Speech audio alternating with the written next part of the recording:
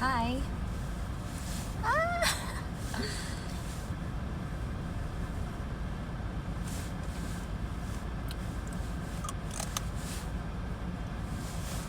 Lakas maka-breakout ng hangin dito, pero may papakita ako sa inyo.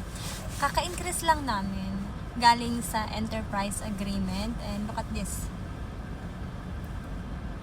Ayan, starting August 1, 2026, kakikita ko lang nito. Magkakaroon ng additional pay increase for nurses na nagtatrabaho sa aged care. And yeah, so this week is yung first full pay namin this August. So, ayan, di ba? Nag-increase lang kami last week ng July, and then may additional increase na naman kami. Oh, wait lang ha.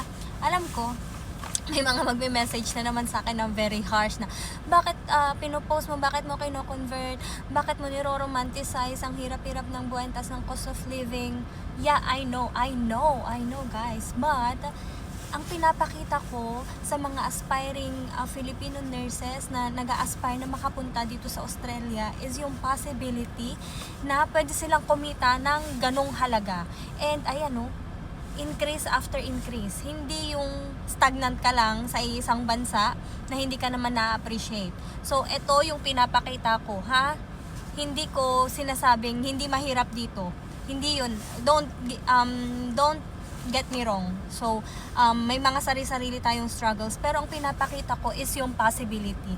So, kung posible na kumita ko ng ganon as entry-level RN, ikaw na 10 years nang nagtatrabaho dyan, for sure, kapag i-acknowledge ng Australian government yung iyong work experience, mas mataas pa.